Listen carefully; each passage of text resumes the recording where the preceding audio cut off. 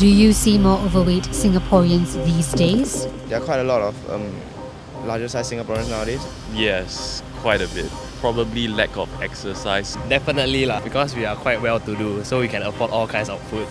Singaporeans Razor TV spoke to concurred with obesity rates announced by the Ministry of Health. The National Health Survey, which is conducted once every 6 years, found that obesity rates in Singapore have nearly doubled from 6.9% in 2004 to 10.8% in 2010. While more Singaporeans have put on weight, there are some who have managed to shed the pounds and shake off the stigma of being obese. Oh, they'll pass remarks like, "Oh, so fat." I used to have friends who call me Yuan Yuan. At that point of time, you feel embarrassed, and you feel upset. When Melissa Lee, who stands at just 1.5 meters tall, turned 30, she hit her highest weight of 126 kilograms. I think the turning point was when I found myself getting lesser and lesser effective on my work. I was feeling very sleepy in the day, despite having slept a good number of hours. I get irritable, by small little things, and climbing up to the classrooms was posing a problem to me. By the time I reached the 4th floor, I was panting non-stop. Yeah, so that was a real signal to me that I need to do something. In 2009, the 33-year-old sought medical help from the SGH Life Centre and realised she did not just suffer from obesity. Her weight issue led to obstructive sleep apnea too. We have to undergo a series of tests, and then that's when I found out that I have OSA, or what we call the obstructive sleep apnea, and it was quite serious. I had to be put on a CPAP machine, where at night I have to use the machine to help me to sleep better. Because in the middle of the night, I actually stopped breathing for many times.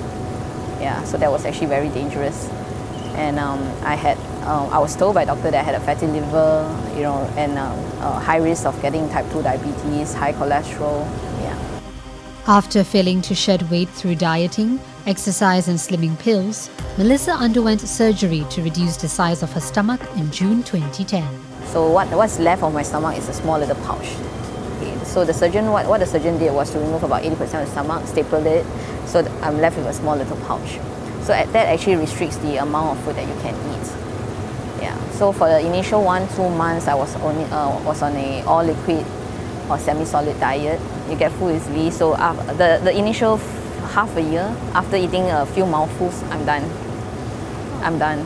So the first 6 months, actually, I wasted a lot of food, and going out to eat was very difficult, especially if I had to eat alone. How has going through that surgery changed your life ever since? I think the surgery has changed my life totally. I guess when I was obese, you just have very low self-esteem, and then you don't have confidence of your own abilities. You just feel that you can't do things right, or sometimes you just feel inferior compared to others. Yeah. But now being lighter and being more agile and able to move around, you just feel that you're so much more confident, you're able to do things better, and you actually live the life happier. Yeah. Melissa currently weighs 65 kilograms and no longer suffers from obstructive sleep apnea.